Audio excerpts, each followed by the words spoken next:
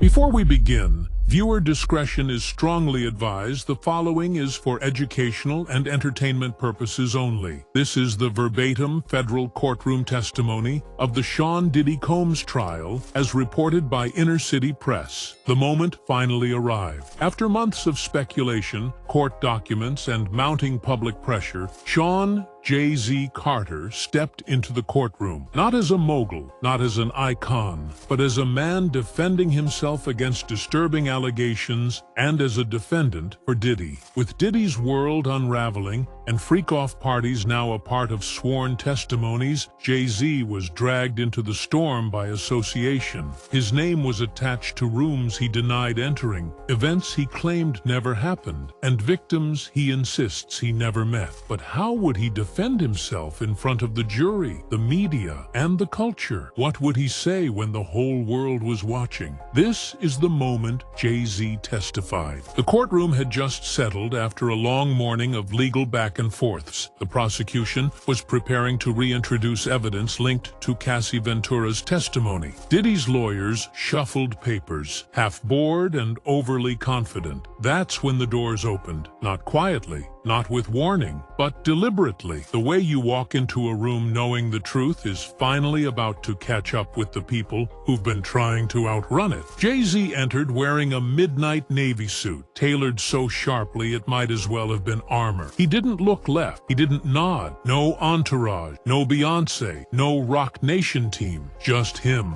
a living legend stepping into a courtroom that hadn't expected to see him. Not like this, not on the witness list, not under oath. Gasps filled the room. The gallery stood halfway in reflex. One journalist dropped her pen. Cassie Ventura, seated behind the prosecution, leaned in to whisper to her attorney. Even the judge raised her brows slightly. Diddy. He turned toward the entrance and didn't blink. His eyes locked onto Jay like he was watching a ghost he buried 20 years ago rise from the dirt. This wasn't planned. Not by the press, not by the public. Jay-Z had requested a sealed session for his statement, but the court overruled it. Transparency. That was the ruling. And now, Jay was about to give the performance of his life. Not with lyrics, but with memory. He took the stand, he swore his oath, and the courtroom, filled with federal prosecutors, entertainment journalists, and attorneys who once negotiated million-dollar deals at brunch tables, leaned forward like they were listening to the first verse of a track they weren't supposed to hear. His voice, calm, controlled, but tight, like a rope pulled in both directions. "I want to make it clear," he began. "I came here because silence ain't an option no more." And with that sentence, everything changed. Because when Sean Carter speaks, not the mogul, not the rapper, not the billionaire businessman, but the man behind it all, it's not just a testimony, it's a reckoning. Jay-Z didn't waste time. He didn't come with denial as his opening weapon. He came with context, and that was even more dangerous. Yes, I was invited to Diddy's events. Yes, I attended. But let me be clear, what I saw and what I was told were two very different realities. He said those words carefully, deliberately. His lawyers sat stiff. The defense looked confused. Was this helping them? Was he flipping? The answer would come slowly, piece by piece. As Jay-Z told the court, something nobody expected. "I saw the setups, the NDAS, the confiscated phones, the back rooms with curtains. I never went in those rooms. I never signed those papers, but I knew." He paused. "I knew something wasn't right." That sentence broke the courtroom wide open, because it wasn't just an admittance of being present. It was an admittance of witnessing the mechanics of the machine Diddy allegedly built. A machine that Cassie, Dawn Richard, and others had described in excruciating detail. Jay-Z turned toward the jury. "You see, in this industry, there are parties. And then there are parties. And the ones I was at, the ones I started walking away from, those weren't parties anymore. They were systems, designed experiences, the kind that aren't about fun. They're about power, control." The prosecution asked, "Did you ever witness anything criminal?" Jay-Z hesitated. Not directly, but I saw enough to know I shouldn't be there." He described one event in 2015, a party in Miami, supposedly for Christian Combs's birthday, where he says things got strange. They had masks, he said, like real masks. One man walked past me in leather with nothing but high heels on. People laughed. I didn't, because I knew that man looked scared. Jay-Z said he left early that night. He said he called a driver and didn't wait for the scheduled car service because I didn't want my name attached to whatever that was. Then the prosecution dropped the photo. A leaked image, blurry but authenticated, of Jay-Z, Diddy, LeBron James, and Beyoncé in a room with a man in a latex mask kneeling on a velvet pillow. Jay-Z looked at it in silence. I saw that moment, he said. I was told it was performance art. I didn't laugh. I didn't stay. He looked at Diddy. You knew people trusted you. You used that. For the first time, Diddy's jaw dropped. Then came the part that turned Jay-Z's testimony from damage control to destruction. He told the court about a private conversation he had with Diddy in late 2018, just after whispers of investigations started circulating in the industry. According to Jay, Diddy called him to get ahead of something. He told me, "They're coming for me. You gotta be careful who you stand next to." Jay said he asked Diddy point blank, "Did you do anything I can't come back from?" And Diddy allegedly responded, "It's just parties, Jay. Just experiences. Nobody gets hurt unless they wanna." Jay's voice cracked slightly. "That was the last real conversation we had." He looked at the courtroom. "I stopped answering his calls after that." Jay said he began distancing himself, skipping Revolt events, pulling out of collaborations, even instructing Rock Nation reps to keep our brand away from whatever Puffs got going. Then the prosecution revealed something else. An email exchange between Jay-Z's legal counsel and an anonymous party from early 2020, in which Jay's team is warned that NDAs from past events might be weaponized against those who were present, even if they weren't involved. Jay nodded. "I knew what that meant. They were going to use silence as a shield. I wasn't about to get caught behind it." He finished the third part of his testimony with a sentence that made headlines before the court even recessed. "He used to be my brother, but now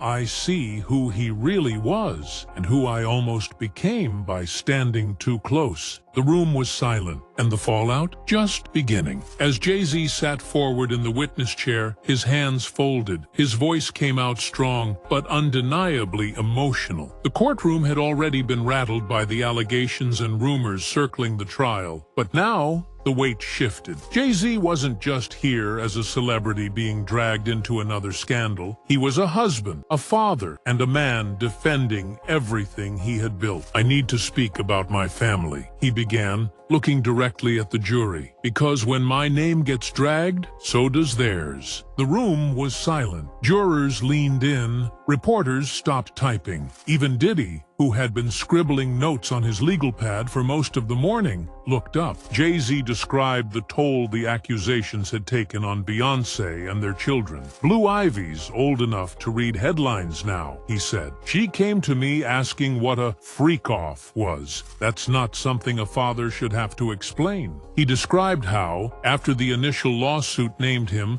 reporters swarmed outside their home. Paparazzi camped outside Blue's school. Headlines blurred fact and fiction, turning his life into a tabloid war zone. He continued, "My wife has stood by me through everything. But this was different. This wasn't business drama or career competition. This was a nuclear bomb dropped on our family. And the worst part? It was all based on a lie." He then turned to the specific claim that he and Beyoncé attended the alleged Miami freak-off in 2015. Jay-Z reached into a folder and pulled out flight records. "On the night in question, we were in Paris," he said. "It was our anniversary. We stayed at Hotel Plaza Athénée. I've included the hotel receipt, photographs, video timestamps, and multiple eyewitness accounts. We weren't there." The prosecution reviewed the material. The judge asked the clerk to confirm the dates. Everything checked out. Jay-Z had receipts, literally, but he didn't stop there. He called out the culture of clickbait and unverified gossip that had allowed these rumors to thrive. When did we stop demanding proof? He asked the room. When did accusation become conviction? He emphasized that his reputation wasn't just his own. It was tied to his wife's, his children's, his entire legacy. I've spent decades building something clean, something that lifts our community, and in a single headline, that gets smeared with no evidence? Beyoncé was mentioned several times, but Jay-Z was careful. He didn't lean on her fame or status. He spoke of her as a mother, a woman blindsided by allegations she had no part in. I came here to defend truth, he said, and to make sure no one, not even a billionaire, gets away with burying people in lies. Jay-Z's composure never cracked, but his voice took on a sharper edge as he addressed the next major claim,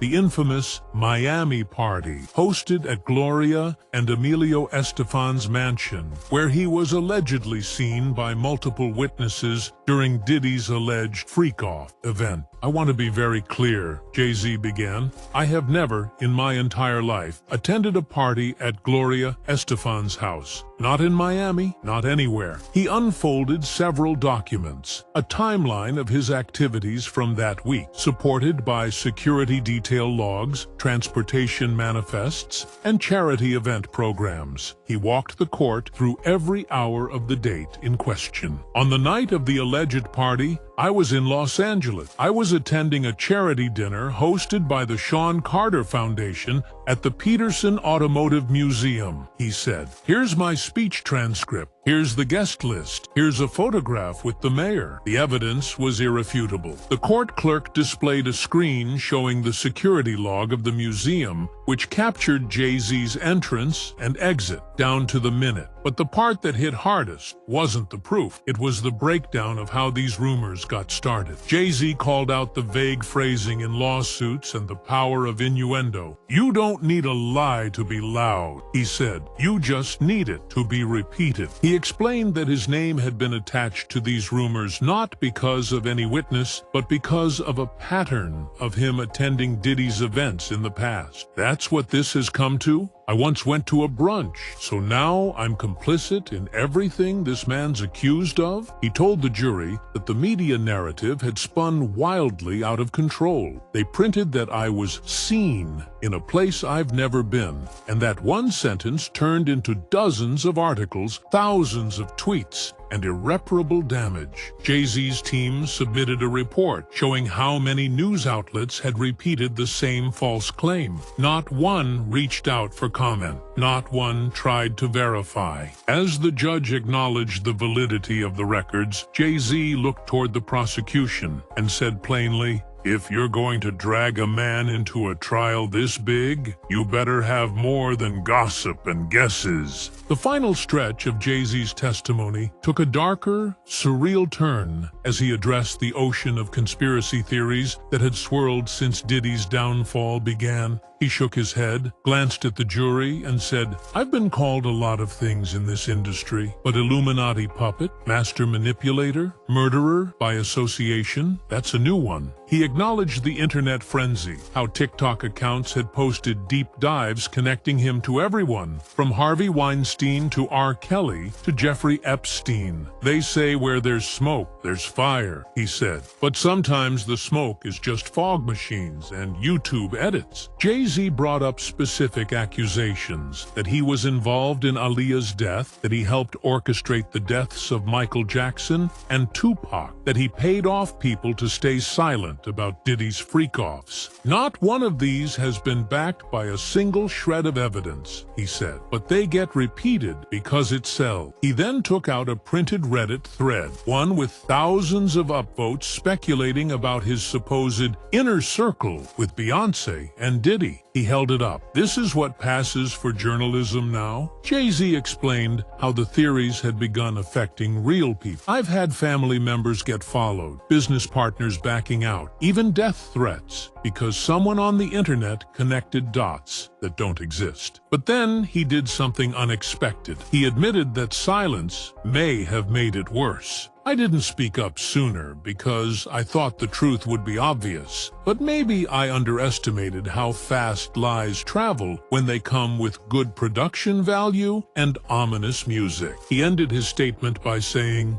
"I'm not asking you to like me. I'm asking you to listen, to think, to demand proof. Because if we don't draw the line here today, then none of us are safe from what comes next." Jay-Z sat back, his testimony complete. In a courtroom where whispers had become headlines, his voice had just redrawn the battle lines. As Jay-Z finished his direct testimony and the room settled into a tense hush, the lead prosecutor stood. His name had been whispered for days. An aggressive federal litigator known for shaking even the most polished celebrities. He adjusted his glasses and looked straight at Jay-Z, who remained poised but visibly alert. "Mr. Carter," the prosecutor began, "you say you were never at Gloria Estefan's house. You've provided logs, photos, timestamps. That's all compelling." Jay-Z nodded slowly. "Because it's the truth." "But," the prosecutor continued, pacing slightly, "you have, by your own admission, attended Diddy-hosted events in the past. High-profile ones, brunches, fundraisers, award parties." "Yes," Jay-Z said carefully. "Public events, industry events, nothing like what's being described here." The prosecutor paused, then leaned in. "Did you ever witness anything inappropriate at any of those events?" Jay-Z hesitated. "Not for long, but enough for everyone to note it." "No," he said finally. "I saw celebrities networking, music playing, the usual." "And you never saw Cassie Ventura at one of these events? Or any behavior that made you uncomfortable?" Jay-Z's jaw tightened. "Cassie was often present. She was Diddy's partner. But I never saw her in distress, and I certainly never saw the things she's described in her testimony." The prosecutor shifted gears. "So, when you hear now what she's claimed, about coercion, about abuse, about the so-called freak-offs, you're saying you're completely blindsided?" "I'm saying I didn't see it," Jay-Z replied firmly. "And if I had, I wouldn't have stayed quiet." The prosecutor nodded. "That's what Russell Simmons said too." The room gasped. Jay-Z blinked, his poker face breaking for a half-second. "Objection!" Jay-Z's attorney barked. The judge sustained it, but the implication lingered in the air. The prosecutor continued, pushing the idea that Jay-Z's proximity to Diddy gave him access to more than just music industry clout. He floated the possibility that Jay-Z knew more than he was admitting, but without direct evidence. It was all strategy. The jury watched, some skeptical, others sympathetic. Jay-Z's final response before stepping down cut through the tension. "I'm not here to protect Diddy. I'm here to protect my name. And if I was part of that world, if I even suspected it, I wouldn't be testifying. I'd be on trial." As Jay-Z stepped down from the witness stand, he adjusted his suit jacket, briefly glancing toward the gallery where Beyoncé was not seated, but her absence felt present in every stare. He exited through the side door, escorted by security, but the courtroom remained buzzing.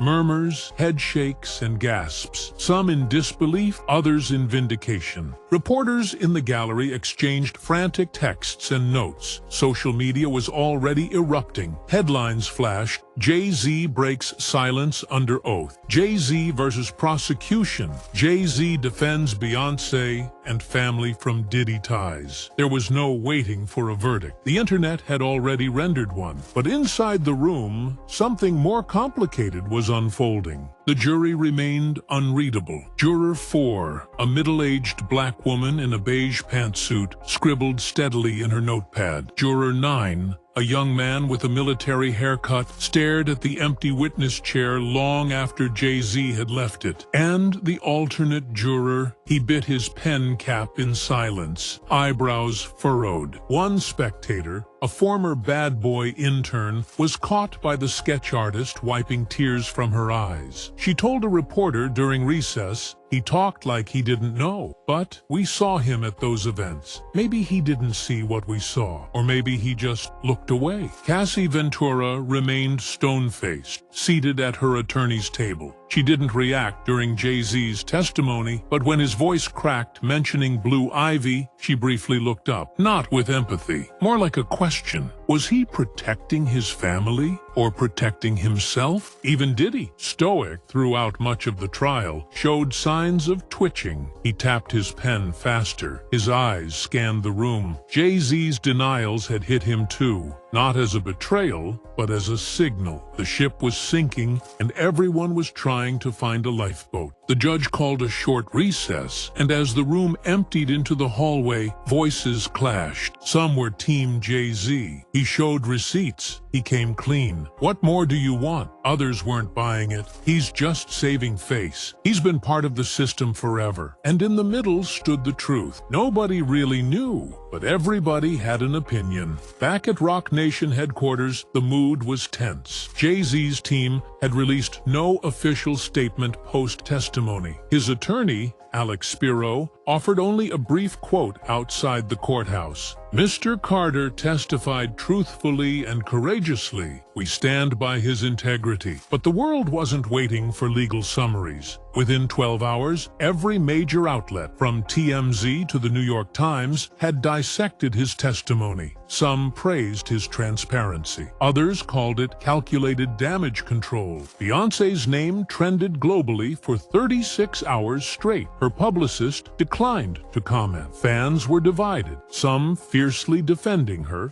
others questioning how deep the couple's connection to Diddy really went. Meanwhile, the prosecution was regrouping. Jay-Z hadn't shattered their case, but he had complicated it. He had humanized himself, distanced his family, and redirected the spotlight. But in doing so, he raised another issue: the industry's pattern of plausible deniability. The DA's office released a quiet statement. "While Mr. Carter's testimony was significant, our investigation remains ongoing and extends beyond any one individual." Translation? This isn't over. And then came the wild card, 50 Cent. Never one to stay quiet, he posted a photo of Jay-Z on the stand with the caption, "Nice performance, but we ain't forgot them brunches, my guy." It went viral instantly. In the days that followed, other celebrities began to reappear. Alicia Keys reposted a quote about truth cutting through silence. Questlove tweeted cryptic emojis. Even Oprah posted a vague story about building from ashes. Jay-Z's reputation had taken a hit, but it hadn't collapsed. His testimony, for better or worse, marked a moment where silence was no longer an option. And in a case full of twists, one truth was clear. The courtroom wasn't just trying Diddy, it was trying an entire era of power, proximity, and protection. Jay-Z had survived the stand, but the real trial, the trial of legacy, was just beginning. If you're enjoying this story, kindly do us a favor and subscribe to our channel. It is free and won't cost anything, but it means the world to us. We're just a small channel trying to grow.